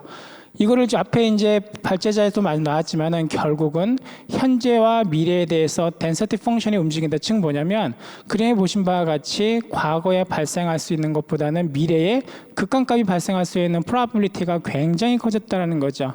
이제는 이걸 저희가 받아들여야 되는데 이걸 저희가 발생 빈도와 규모가 증가했다고 말씀을 드릴 수가 있습니다. 그럼 이런 것들이 어떤 문제를 발생시키냐면 저희가 지금 이제 말을 바꿔야 돼요. 아마 기자분들이 기사 쓰실 때 제일 힘들어하는 게 아니 백년빈도 홍수가 왜 작년에도 오고 백년빈도 강우량이 왜 올해도 또 와? 라는 얘기를 해요. 그러면은 그럴 때 학자들은 그래서 기후변화라고 말씀을 하세요. 그건 잘못된 생각이세요. 이 정확한 극한 강우의 정의는요 100년, 200년이 아니에요. 누군가가 그거를 썼고요. 그걸 지금 너무 통상적으로 쓰고 있어요. 정확한 표현은 뭐냐면 결국은 1년에 발생할 수 있는 양이 결국은 10년 빈도라는 뜻은 그 뜻이 10년 만에 발생한다는 뜻이 아니라 100년 빈도는 100년에 발생하는 뜻이 아니라 1년 중에 100년 빈도는 그게 발생할 수 있는 가능성이 1%라는 뜻이에요. 마찬가지로 그러면 25년 빈도라는 거는 1년 중에 그게 발생할 수 있는 가능성이 4%라는 거죠. 다시 말해서 365일 중에 100년 빈도는 1년에 한 번은 올 수 있다는 소리예요. 그렇기 때문에 기자분들이 기사 쓰실 때 작년에 왔는데 올해 또 오지? 라고 했을 때 말도 안 되는 그런 궤변을 통해서 할 필요가 없는 거죠. 즉 천년 빈도는 그럼 다시 말씀드리면 1년에 나타날 수 있는 확률이 0.1%라는 뜻이에요. 그러니까 0.1%는 매년 나타날 수가 없겠죠. 그렇지만 100년 빈도는 매년 이제 나타날 수가 있는 거예요. 그렇기 때문에 100년 빈도로 간다라는 것 자체가 내년에 또 나타난다? 당연한 거죠. 그거는 1년 중에 무조건 나타날 수 있다는 겁니다. 이 부분에서부터 저희가 생각을 바꿀 필요가 있습니다. 그렇게 되면 이제 앞에서 이제 모든 발제자분들께서 주로 열에 관련된 산불에 관련된 얘기만 하셨는데 불행하게도 우리나라는요 90% 이상이 물과 관련된 재해, 보통 우리가 수재해 또는 워터 릴레이티브 디제스트라고 얘기하는데 그 안에 보면은 홍수, 이번 여름에도 아까 기상청에서 오신 분도 비에 대한 말씀을 하셨잖아요. 강우에 대한 부분, 태풍에 대한 변화, 그거로 인해서 홍수와 가뭄이 반복해서 발생을 하고 산사태가 발생을 하는데 뒤에 말씀드리겠지만 이 산사태의 오이커먼트 역할, 첨가지 역할을 하는 게 바로 산불이에요. 결국은 이제 앞에서 말씀드렸던 과거에 비해서 강수는 우리가 생각하는 삼각형 모양이 아니라 불규칙한 패턴, 결국은 수요와 공급이 깨지는 거죠. 그렇기 때문에 홍수만 우리가 얘기를 할 게 아니라 가뭄의 문제도 발생을 하는 겁니다. 대표적인 게 뭐냐면요. 6월 달이면 저희는 홍수위 관리를 하기 때문에 물을 다 내보내요. 그런데 비가 안 와요. 그러면 가뭄이 들죠. 그렇다고 물을 가다 놔요. 그런데 뜻도 없이 10월 달에 비가 몇백 미리씩 와요. 그러면 홍수가 나죠. 이런 것들이 계속 반복되기 때문에 전통적인 대책에서 벗어나야 될 시기가 왔다고 저는 말씀을 드리고 싶습니다. 제가 항상 학교에서 강의를 할 때 이런 얘기를 해요. 기후변화 강의를 제가 아마 전국에서 처음 하고 있을 텐데 그 대학생들 상대로 항상 문제는 너무 많은 물과 너무 많은 적은 물이 공존한다는 거죠. 이 슬라이드를 통해서 제가 설명드릴 수 있을 것 같아요. 때문에 물을 모아야지? 근데 또 가뭄이 오네? 그러면 이 두 가지의 양면을 다 저희가 해결을 해야 된다는 겁니다. 그래서 이거를 재난 관점에서 보면은요, 저는 이제 재난을 하기 때문에 어떤 현상이 아니라 리스크 매니지먼트에서 관점을 보면은요, 결국은 앞에서 말씀하셨던 것들은 다 요약 정리가 되죠. 익스트림의 매그니튜드하고 프리퀀시는 굉장히 커지고 있어요. 이거는 저희가 컨트롤할 수가 없습니다. 산업이 발달하면서 익스포저가 굉장히 커져요. 또 하나는 취약성도 굉장히 커지고 있죠. 왜냐하면 고령화가 되고요. 그 다음에 사회 약자들이 굉장히 많아졌어요. 많은 기사에서 재난은 모든 사람들에게 평등하다 그러죠. 재난은 약자와 강자를 구별하지 않고 와요. 그러다 보니 이 리스크가 굉장히 커지게 됩니다. 그렇게 됐을 때 그럼 더 큰 문제는 뭐냐? 결국은 외력은 커지는데 기후변화의 가장 큰 문제는요, 도시관리예요. 도시는요, 기후변화를 일으키는 주범이기도 하지만요, 기후변화를 없애는 주체이기도 해요. 그렇지만 기후변화는 도시에서 이 슬라이드에 보신 바와 같이 도시화가 커진다? 큰 문제는요, 관리가 다 나눠져 있어요. 우리나라의 물관리 문제는 뭐냐면요, 환경부로 다 갔어요.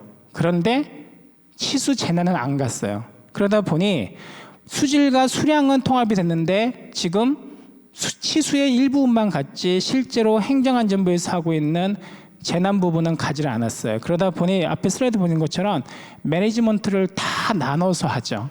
왜냐하면 편의주의로. 그래서 이런 부분들이 아마 이런 기자회견을 통해서 이슈화가 되지 않을까 생각을 해요.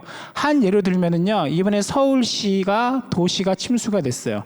도로 배수가 안 되죠. 근데 기존에 그거에 대한 설계는요, 국토부에서 했어요. 근데 환경부로 갔죠. 그러면 도로는 지금 국토부에 남아 있어요. 그럼 무슨 얘기는지 아세요?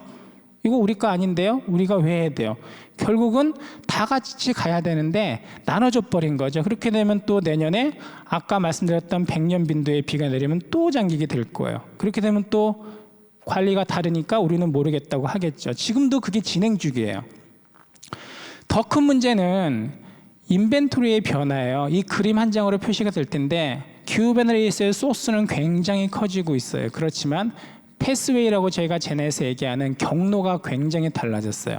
산불에서도 나왔지만 결국은 교란이 되면서 전통적으로 흘러갔던 물들이나 그런 것들이 다 방향을 다루잡았죠. 이 강남역이 대표적인 거죠. 원래 강남역은 이 슬라이드의 왼쪽처럼 예전에는 숲이 우거졌던 곳이었을 겁니다. 그런데 도시화가 돼서 도로가 새로운 패스웨이를 만들고 그런 것들이 결국은 결과론적으로 어떠한 대상체의 피해를 증가시켰죠. 그 대상이 우리 국민이 되는 거죠. 비싼 차들이 물에 잠길 줄 몰랐겠죠.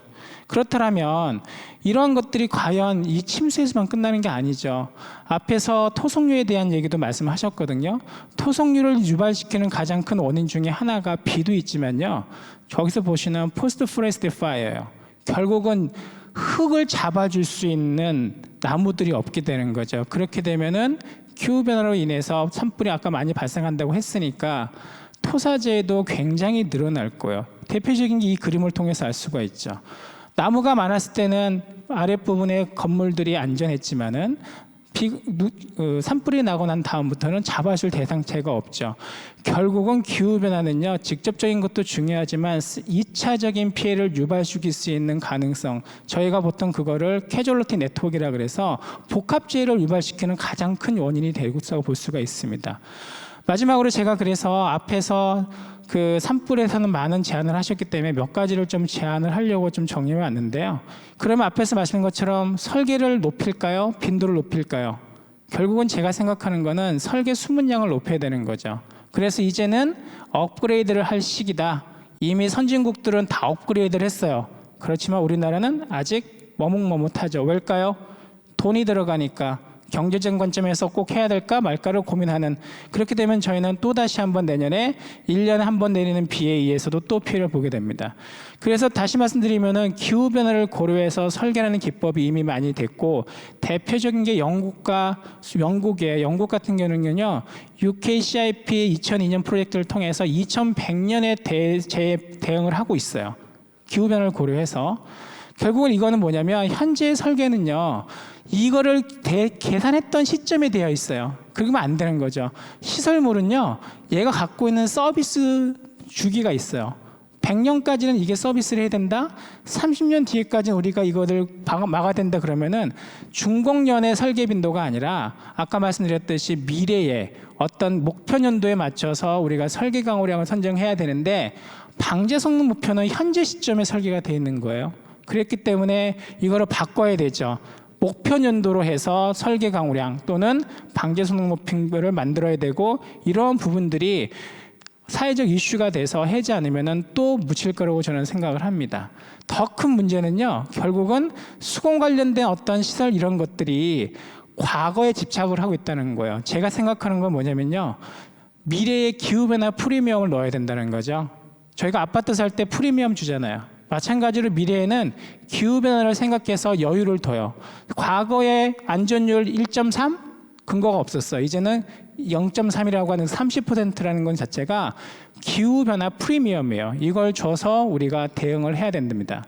또 하나는 홍수 관리를 할 때는 지금까지의 경제적 관점에서 매니지먼트가 아니라 기후변화가 발생을 하게 되면 외력이 증가하고 그거에 따라서 교집합인 리스크가 증가하게 되겠죠. 그러면 거기에 여러 가지 기법을 넣어서 그거를 줄여주게 되는데 그게 뭐냐면은 결국은 리스크 매니지먼트 관점에서의 홍수 관리가 필요하다. 그게 이번에도 우리가 서울시에서 보실 수 있었을 겁니다. 그렇게 되면 이렇게 리스크를 줄일 수가 있죠. 또 하나는 앞에서 말씀드린 것처럼 소스와 패스웨이를 고려한 위험 관리가 필요하다. 앞에서 그러면은 소스는 컨트롤할 수가 없으니까 앞에서 말씀드렸던 해저드와 익스포저가 아니라 소스와 리셉터와 패스웨이 관리를 통해서 리스크를 줄이는 우리나라의 모든 관리는요 인풋 관리예요. 비가 왔습니다. 받아주는 배수 펌프지 않고 도로는 이렇습니다. 아니에요. 패스웨이 관리를 통해서 이전을 하셔야 돼요. 이게 이름이 가장 중요한 겁니다. 우리나라가 도시계획할 때 여러 가지가 느꼈죠. 도로 설계를 하고요. 하수 설계를 하고 건물 설계를 해요. 이 그림에서처럼 따로따로 하죠. 나는 혼자 하고 안 보여주고 있잖아요. 근데 이게 이렇게 바뀌어야 돼요. 이제는 도시계획을 할 때는 수재와 관리와 물 관리와 같이 연계된 도로 배수, 하수 관리 다 모든 것들이 연계된 것들이 필요하다고 저는 얘기를 마지막으로 좀 말씀을 드리고 싶고요. 기상청에서 나오셨지만 지금 기상청에서 영행 예보 기반의 재난 관리를 좀 하려고 하고 있어요. 그래서 많은 바람, 제설, 호우, 여러 가지 아까 폭염, 한파 등을 하고 있거든요. 그래서 이런 기반의 영행 예보 기반의 재난 관리가 반드시 필요하지 않을까. 또 마지막으로는 도로가 굉장히 중요하죠. 이 도로에 대해서도 영향 예보가 이제는 필요한 시기가 왔다고 봐요. 이런 것들이 결국은 대상체, 그다음에 패스웨이를 고려한 재난 관리, 마지막으로는 이런 것들이 결국은 지속 가능하고 이용할 수 있는 디제스터 리스크를 줄일 수 있는, 그러니까 디제스터 관리하는 쪽으로 가야 기후 변화에 맞춤형에 있는 재난 관리로 가지 않을까 생각을 합니다. 네, 이상입니다. 네, 감사합니다. 이 백년 빈도의 강우를 또 다른 시점으로 봐야 된다는 점에서 굉장히 인상적이었습니다. 여러 가지 문제점 지적을 해주셨고 또 제안도 많이 해주셔서 도움이 굉장히 많이 되는 시간이었던 것 같습니다. 이번에는 기자분들의 시선에서 좀 살펴보도록 하겠습니다. 먼저 저희 대선배님이신 이근영 기자님, 오랜 기간 지금 취재를 해오셨는데 어떤 부분들 또 많이 느끼시고 또 이야기해 주실지 궁금합니다. 네, 안녕하세요. 방금 소개받은 한겨레 이근영 기자입니다. 두 분 발제 굉장히 감명 깊게 잘 들었고요. 특히 또 김병식 교수님께서 말씀하셨던 그 부분도 좀 와닿습니다. 제가 말씀드리려고 하는 내용과 기후 변화는 전지구적이고 평등하죠. 누구한테나 똑같이 오는데 기후 변화로 인한 재난은 굉장히 불평등합니다. 그리고 굉장히 지역적이죠. 그 IPCC 6차 보고서가 이전 보고서하고 다른 점이요. 이쪽 지역성을 굉장히 강조했다는 거고요. 지역 문제를 별도의 챕터로 다룰 정도로 중요성을 부여했었습니다. 물론 민승기 교수님께서 말씀하셨던 그 지역성이라는 것은 국가 단위보다는 큰 개념이죠. 동아시아라는. 근데 사실 한국이라는 국가 단위에서도 기후변화로 인한 재난은 지역별로 편차가 굉장히 크다고 봅니다. 그런 측면에서 언론도 보도를 할 때 재난의 지역성에 좀 더 집중할 필요가 있다고 보는데요. 근데 사실 현실은 그렇지 않죠. 얼마 전에 저희 신문에 실린 기고문이 있었어요. 그 포항에서 한 20여 년 동안 방송 쪽 일을 하시다가 지금은 시의회 의원이신 분이 기고문을 보내왔는데, 보내온 계기가 그 다른 지역 지인들이 그분 SNS에 올린 글을 보고 자극을 받으셨나 봐요. 뭐라고 했냐 하면 방송 뉴스에 잘 안 나오니까 태풍 흰남노에 의해서 포항의 피해가 그렇게 심각한지 몰랐다. 이런 내용이었어요. 이분은 이제 그런 SNS 메시지를 보고 8월 초에 서울 강남 지역에 내렸던 그 폭우를 떠올리지 않을 수가 없었죠. 그때 얼마나 뉴스에 크게 보도가 됐었습니까? 그래서 이분은 이제 마지막에 이런 말씀을 하시더군요. 기후 위기 시대에 어디에서나 이런 피해, 그러니까 포항과 같은 그런 피해가 발생할 수 있다. 그런데 서울이냐 아니냐에 따라서 뉴스 대접이 이렇게 달라지는 게 맞을까라는 그런 의문을 마지막 이야기로 남겼습니다. 실제로 그 2020년 그 최장 장마가 있었던 2020년 또 그 세계 태풍이 연달아 왔던 그 2020년을 보면 이 재난 보도의 서울 공화국성이라고 할까요? 이런 현상을 볼 수 있었습니다. 제가 가져온 이제 그 그래프가 그 중에 하나인데요. 그때 당시에 기상청이 좀 오보 논란에 쌓였었죠. 그 장마 때. 그래서 제가 이제 조사를 해봤습니다. 그래서 기상청과 오보라는 키워드로 해서 이렇게 기사 검색을 해보니까 여기에서 보시듯이 이제 36건은 사실 장마가 끝나고 나서 그 수해 책임 공방 또는 뭐 기상 망명 이런 것들의 이슈가 키워드가 돼서 나온 거고요. 사실상 이제 실제로 기상 전망과 기상 예보와 관련된 오보는 그 전에 8월 1일부터 10일 사이에 있었던 23건 이때가 이제 가장 많았었습니다. 이게 왜 이렇게 많았냐 하면요. 기상청이 8월 4일 5일에 500mm가 서울에 내린다고 예보를 했어요. 그런데 정작 4mm밖에 안 왔습니다. 기상청 출입 기자들을 보면 사회부 소속 담당 기자들이 많고요. 그 정찰 담당 기자들이 많고요. 사건 담당 기자들이 많고요. 이런 경향이 있습니다. 남들보다 먼저 써야 한다. 이런 단독 기사에 대한 집착하는 게 있고요. 또 하나는 사안이 맞았냐 틀리냐 이런 데 또 주목을 하고요. 그리고 모든 것을 사건으로 보는 경향이 좀 있습니다. 그러다 보니까 500mm가 온다고 했는데 4mm가 왔다. 재난 측면에서 보면 이거 뭐 아무 일도 아닙니다. 다행인 겁니다. 오히려. 그런데 야 500mm가 온다 그랬는데 4mm밖에 안 왔어. 와 사건이다. 이렇게 하는 거죠. 그래서 이제 기상청 오보라는 그런 키워드로 기사가 이렇게 많이 나왔었는데요. 그런데 문제는 똑같은 사건이 광주 지역에서도 7월 하순에 있었습니다. 똑같이 많은 비가 온다고 했는데 거의 비가 안 왔어요. 그런데 그때는 단 4건의 기사만이 검색이 되거든요. 그것도 광주 쪽 지역 기사에서만 나온 겁니다.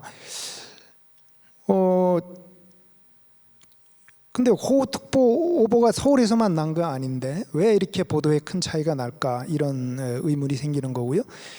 이런 수도권 집중, 말하자면 지역 홀대 보도 태도라고 할까요? 이런 거는 그 뒤에 장마 뒤에 세계 태풍이 왔을 때도 고스란히 드러납니다.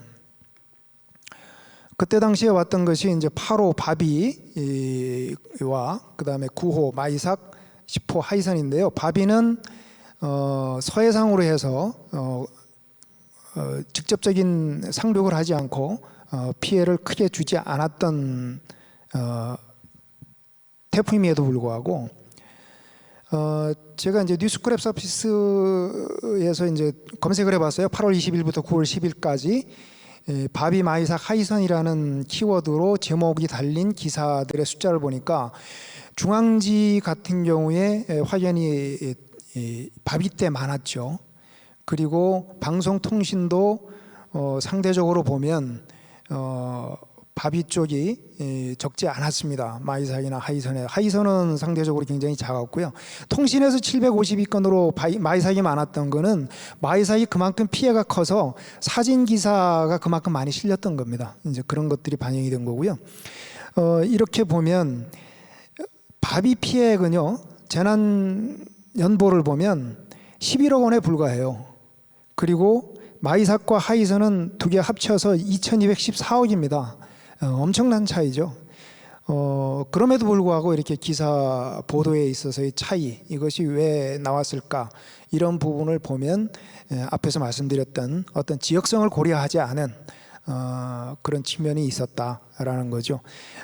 지역적 편파성이라고 할까요? 수도권 편중성 이런 문제가 좀 있었습니다. 그래서 재난에 대한 대비책을 마련할 때 지역성을 최우선 고려해야 하는 것처럼 언론 보도에서도 그 지역적 편향을 좀 개선하려는 노력이 필요하지 않을까, 이런 반성문으로 마무리하려고 합니다. 감사합니다. 네, 감사합니다. 방송이 이제 수도권 지역에 좀 편중되고 있다라는 말씀을 해주셨습니다. 이 부분이 있어서는 저도 이제 느끼고 있는 부분이어서 개선돼야 한다는 점에서 저도 이제 반성을 하게 되는 부분이네요. 네, 자 이번에는 이제 마지막으로 JTBC 박상욱 기자 이야기를 들어보도록 하겠습니다. 최근 기후 1.5라는 타이틀로 계속해서 이제 기후 변화 이야기를 해주고 계시거든요. 어떤 이야기 좀 해주실까요? 네, JTBC 박상욱입니다. 지금 일단 남은 시간이 5분 55초, 54초 이렇게 넘어가고 있어서 최대한 이제 오늘 있었던 이 민승기 교수님과 이병두 과장님의 발표, 그리고 다른 패널분들의 말씀을 듣고서든 나름의 생각들을 좀 신속하게 정리를 해서 공유를 하고자 합니다. 요 며칠 날씨가 다시 쌀쌀해졌습니다. 어떻게 보면 이는 기후변화에 대한 관심도가 떨어지는 시기가 찾아왔다라는 뜻이 되기도 합니다. 앞서 민승기 교수님과 이병두 과장님을 비롯해서 또 이제 우리나라 또 국외의 전문가들이 한 목소리로 기후변화가 악화일로를 가고 있다라고 경고를 계속하고 있습니다만, 이 기후위기 대응이라는 어젠다의 키핑은 실질적으로 굉장히 어려운 것이 현실입니다. 이 여름철에 폭염이 찾아왔을 때, 또 올해처럼 집중호우가 찾아왔을 때 잠시 그 이유를 설명하기 위한 이 양념처럼 기후변화가 쓰이고 있죠. 또 이제 오늘 기상청에서도 한상은 총괄예보관님께서 함께 자리를 해주셨습니다만, 올봄의 이 울진 삼척 산불을 앞두고도 온갖 경보가 이미 쏟아졌었습니다. 아무래도 이제 저 역시 기상청을 출입을 하다 보니까 매일같이 나오는 이 예보 통보문을 살펴볼 수밖에 없는데, 3월 2일부터 이 대형 산불의 위험성이 계속해서 지속적으로 강조가 됐었고, 또 산불이 나기 바로 전날이죠. 이 3월 4일 같은 경우엔 건조특보와 강풍특보까지 동시에 내려지면서 이렇게 경고를 하기도 했습니다. 오늘과 내일, 그러니까 4일과 5일에 경북 북부 내륙과 경북 동해안을 중심으로 바람이 매우 강하게 불 것으로 전망이 된다. 건조특보가 발효 중인 강원 영동과 경상권 등을 중심으로 대기가 매우 건조한 상태다. 대기가 건조한 가운데 바람도 매우 강하게 불어서 작은 불씨가 큰 불로 이어질 수 있으니 산불 등 화재 예방에 각별히 유의하기 바란다. 이 같은 경고, 우려가 현실로 찾아오는 데까지는 불과 몇 시간이 채 걸리지 않았습니다. 그리고 이 불은 장장 214시간 동안 이어졌습니다. 마찬가지로 이제 산불이 한 차례 휩쓸자 이제 메마른 겨울 그리고 봄에 대한 분석이 잇따랐습니다. 저 또한 각종 통계들을 뒤져가면서 이를 따져본 사람 중에 하나였고요. 지난 겨울에 이제 전국의 강수량과 강수 일수 각각 13.3mm, 11.7일 역대 최저였습니다. 반면 일조 시간은 605.5시간에 달했습니다. 역대 가장 길었습니다. 오늘 발표에서도 언급이 됐습니다만 기후변화가 진행이 될수록 산불의 위험 역시 갈수록 같이 커질 수밖에 없겠죠. 또 지난 여름에 집중호우 역시 상황은 비슷했습니다. 기후변화로 강수일수가 줄어드는 만큼 어떻게 보면 이는 곧 마른 날은 더 바짝 마르고 한 번 비가 내리면 엄청나게 퍼붓는 그런 양상으로 이어지게 되죠. 호우와 함께 이때도 속보, 뉴스특보 쏟아졌습니다. 그런데 한바탕 폭우가 쏟아지고서 거짓말처럼 파란 하늘이 찾아왔었습니다. 그러면서 우리의 머릿속에서 앞서서 있었던 경고, 위기의식도 함께 사라지고 말았습니다. 사실 기후변화에 대응을 하려면, 기후변화로 인한 각종 재난과 재해에 대비를 하려면 정말 그 재난이 찾아오기 전에 평화로운 지금 이 순간을 잘 활용을 해야 할 겁니다. 모든 관심과 역량이 여기에 집중되어야 하죠. 그래야 진짜 재난재해가 닥쳤을 때 그것을 토대로 상황을 잘 헤쳐나갈 수 있으니까요. 이 정부 부처와 학계, 언론 모두가 그래야 될 겁니다. 하지만 현실은 녹록지 않습니다. 오늘만 하더라도 어느 부처는, 어느 기관은 국정감사를 준비하느라고 일상 업무가 마비가 될 그런 지경일 것이고요. 저 역시 국정감사에 맞춰서 여러 가지 기획기사들을 써왔고 지금도 준비를 하고 있는 입장이기 때문입니다. 올여름에 역대급 집중호우가 찾아오기 딱 한 달 전쯤이었습니다. 세계 기상기구가 2021 글로벌 기후 현황 보고서를 발표를 했습니다. 이 보고서에는 이제 유라시아 지역에서 각 나라별로 기후 변화로 인한 사회 경제적 피해 규모가 얼마나 되는지 상세하게도 담겼습니다. 우리나라는 중국과 인도 그리고 일본에 이어서 네 번째로 그 피해 규모가 컸습니다. 한국의 피해 규모가 정확히는 이제 242억 7,900만 달러에 달한다라고 나와 있었는데요. 요즘처럼 이제 환율이 상승하기 전의 상황에서 이거를 우리 돈으로 환산했을 때가 한 31조 원을 넘어설 정도였습니다. 우리가 평시에 함께 머리를 맞대고 고민하고 준비한다면 분명 이건 줄일 수 있는 그런 피해입니다. 뿐만 아니라 대비하고 행동에 나선다면 이런 경제적 피해뿐만 아니라 소중한 한 사람의 목숨이라도 더 지킬 수가 있겠죠. 날씨가 오늘의 기분이라면 기후는 성품과도 같다. 초대 국립기상과학원장을 역임한 대기과학자 조천호 박사님의 말입니다. 오랜 시간을 두고 바라보는 것이 기후이고 이 때문에 그 변화가 우리에게 미치는 영향은 더욱 클 수밖에 없습니다. 하지만 반대로 하루하루 정신없는 일들이 하도 다이내믹하게 쏟아지는 우리의 삶인지라 이런 기후를 뒷전에 두기 십상입니다. 이번 세션의 제목이 이제 기후위기 시대 재난과의 전쟁입니다만 기후 위기는 이제 재난과의 전쟁이자 이는 어젠다 키핑과의 전쟁이기도 하다라는 말씀으로 마무리하면서 발언 마치겠습니다. 이상입니다. 네, 좋은 말씀 감사합니다. 자, 시간이 이제 얼마 남지 않아서 좀 빠르게 진행을 해오도록 하겠습니다. 지금 시간이 50분인데요. 제가 조금 늦어진 관계로 질의응답 5분만 진행을 하도록 하겠습니다. 일단 플로어에 계신 분들 중에서 혹시 질문하실 분들 계실까요? 없으실까요? 그러면 사전 질의 들어온 것 중에서 몇 개만 진행을 하고 마치도록 하겠습니다. 민승기 교수님께 이제 질문을 할 부분일 것 같습니다. 네, 한국의 기후위기 대응 성적표 몇 점 정도라고 생각하시나요? 라는 질문이 있었습니다. 이와 좀 비슷한 질문 중에 하나가 현재 국내 기후 조치들이 1.5도의 한도를 맞출 수 있을까요? 라는 질문이 있었는데 어떻게 생각하시나요? 네, 중요한 질문인데 저희 기후 과학 쪽에서 어떻게 보면 정답을 드리기는 좀 어려운 질문이긴 한데요. 저는 아까 다른 분들도 많이 말씀하셨는데 이건 관심의 문제이고 우선순위의 문제라고 생각합니다. 그래서 기후 위기다 했는데 정말 제대로 준비한 게 있는지 제가 물어보고 싶은 상태라서요. 예, 다들 열심히 준비를 하고 계신데 어떤 전체적으로 통합된 이런 준비를 지금 잘 보여주지 못하고 있지 않은가 이런 생각이 듭니다.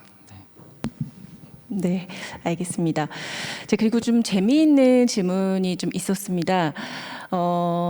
태풍이나 폭우 시 가로수와 산에 식재된 나무가 도복되고 산사태가 발생을 하는데 태풍과 폭우, 산사태에 강한 나무의 종류가 궁금합니다라는 질문이 또 올라와 있었습니다. 이 부분은 이병두 과장님께서 좀 설명해 주실 수 있을 것 같아요.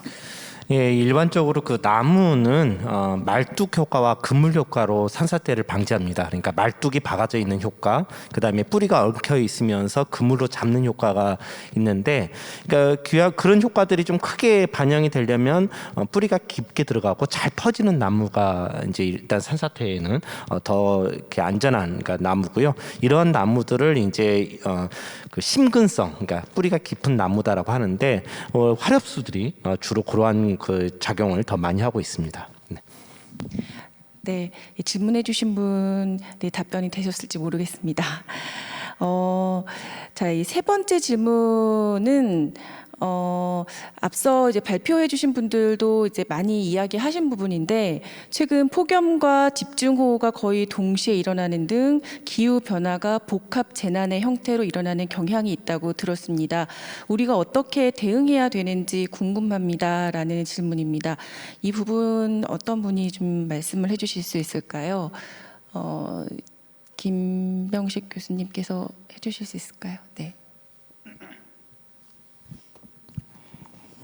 결국은 이 미래의 기후 변화가 어려운 거는요. 말씀드렸지만은 그러니까 멀티 해저드라고 하는 여러 가지의 재난이 복합적으로 일어난다는 거거든요.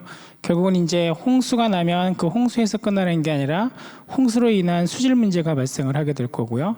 또 그 수질 문제가 또 거기서 끝나는 것이 아니라 병균 그 전염병으로도 확대가 되는 거죠. 그래서 폭염, 한파, 그 다음에 홍수, 가뭄 이런 것들이 다 같이 발생을 하고요. 그걸 저희가 이거 복합재해로 얘기를 하거든요. 그렇게 되면은 결국은 한 가지의 해결책만을 제시하는 어떤 정책이나 대책보다는 다양한 거를 할 수 있는 어떤 그런 전문적인 재난관리 체계가 필요하다.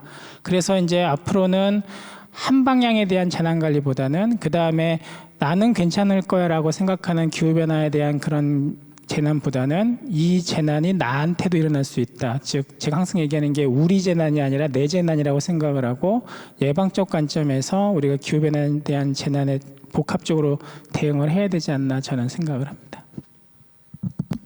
네, 알겠습니다. 자, 이 질문은 이제 기상청에 계신 분들께 직접적으로 좀 한 질문인 것 같아요. 이 한국형 수치예보 모델을 개발하는 등 이 대한민국 날씨예보 정확도를 위해서 많은 노력을 이루었고 노력을 하고 있습니다. 하지만 이상기후 등 돌발적인 기상예보 정확도는 아직도 힘든 부분이 있습니다. 이와 같은 기상 재난 사항에 대한 노력은 어떤 것들이 있을까요? 라는 질문입니다.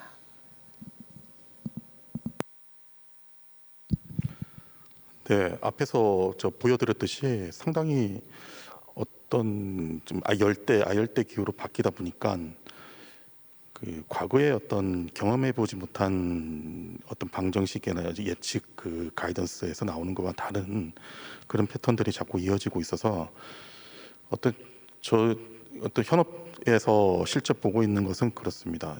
지금 과학 기술이나 이런 것들은 상당히 빠르게 발달하고 있는데 기후 변화에 의한 어떤 초래하고 있는 다른 아주 극단적인 기상 현상들도 더 빠르게 증가하고 있다는, 그래서 그에 대한 괴리도 상당히 나타나고 있는 것을 실제 좀 경험을 하고 있는 상황이고요. 그래서 아무튼 최선적인 어떤 방법들은 아주 극단적인 상황들이 벌어질, 그러니까 아주 평균치에서 극단적으로 편중돼 있는 그런 것들에 대한 어떤 연구나 그런 기획들이 굉장히 많이 이루어져야 되겠다, 그런 생각들을 많이 하고 있고, 그에 발맞춰서 현재 좀 여러 가지 우리 아까 전에 말씀해 주신 한국형 수치 모델도 좀 개선하고 그쪽 방향으로 좀 나아가고 있다 좀 말씀드리겠습니다. 네, 알겠습니다. 자, 더 많은 이야기를 하고 싶지만 좀 시간이 좀 모자라서요. 아쉬운 마음입니다. 최근 이 기후 위기라는 말이 전혀 어색하지 않게 들릴 정도로 기후 변화, 이 온난화로 인한 문제, 이 이상 기후가 우리 실제 당장 우리 앞에 삶을 위협하는 상황이 돼버렸습니다. 기후 변화를 예전에는 대응이라는 단어를 썼지만 이제는 기후 변화에 적응해야 한다라는 말이 더 잘 어울릴 정도가 돼버렸는데요. 기후 변화 이야기를 깊게 하고자 한다면 지금 이 시간도 다 모자랄 정도로 너무 많은 이야기들이 많을 것 같습니다. 오늘 이 자리에서 나왔던 지적들, 대책들 많은 이야기를 했는데요. 그 부분들만이라도 다시 한번 생각할 수 있는 시간이 됐으면 좋겠습니다. 오늘 나와주신 패널 분들 그리고 이 자리에 참석해 주신 온 오프라인으로 참석해 주신 많은 분들 감사드립니다. 감사합니다. 네, 여러분 큰 박수 부탁드리겠습니다. 네, 기후위기 시대 재난과의 전쟁이라는 주제로 진행된 마지막 세션까지 함께 하셨습니다.